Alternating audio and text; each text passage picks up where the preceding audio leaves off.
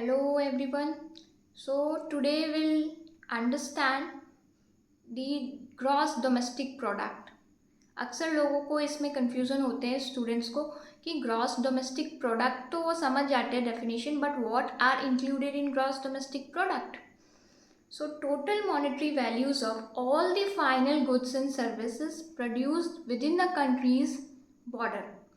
तो जो भी फाइनल वैल्यूज़ होते हैं गुड्स और सर्विस के कंट्री के बॉर्डर में, with in the country border जो होते हैं उसे हम जीडीपी कहते हैं, ग्रॉस डोमेस्टिक प्रोडक्ट.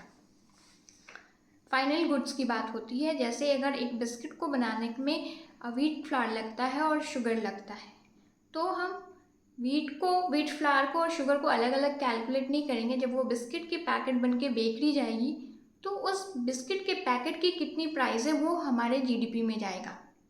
ठीक है, अब देख लेते हैं जीडीपी के अंदर क्या क्या आता है. हमने बात करी डोमेस्टिक बाउंड्रीज़ की. डोमेस्टिक बाउंड्रीज़ में क्या क्या आता है? बाउंड्रीज़ से सिर्फ हमें ये नहीं समझना चाहिए जो हमारा जियोग्राफिकल बाउंड्री है इंडिया का, है ना, कि इधर पाकिस्तान है, बाकी नेपाल है, भूटान, नहीं, वो तो है ही, वो जियोग्राफिकल बाउंड्री है ही इंडिया का कि कश्मीर से कन्याकुमारी. उसके अलावा हम उसमें इकोनॉमिक बाउंड्री की बात करेंगे, एडमिनिस्ट्रेटिव बाउंड्री की बात करेंगे.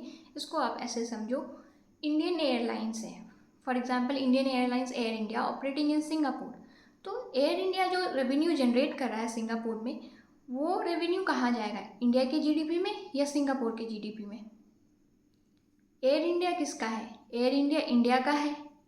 तो वो जाहिर सी बात है, एयर इंडिया जो भी रेवेन्यू जनरेट करेगा वो इंडिया के ग्रॉस डोमेस्टिक प्रोडक्ट में आएगा. वैसे ही जो भी इंडिया के मैरीटाइम और एक्सक्लूसिव इकोनॉमिक जोन में एक्टिविटीज़ हो, जो भी प्रोडक्ट्स और सर्विसेज जनरेट होते हैं वो इंडिया के जीडीपी में काउंट होगा. तो जीडीपी में हम डोमेस्टिक टेरिटरी की बात करते हैं. और will see in next video about gross national product, जिसमें हम नेशनैलिटी की बात करते हैं. देन विल अंडरस्टैंड बेटर कि जीडीपी और जीएनपी में क्या डिफरेंस है. आई होप आपको ये समझ आया हो. If you understand, please comment yes, like, comment and follow for more such simpler explainers.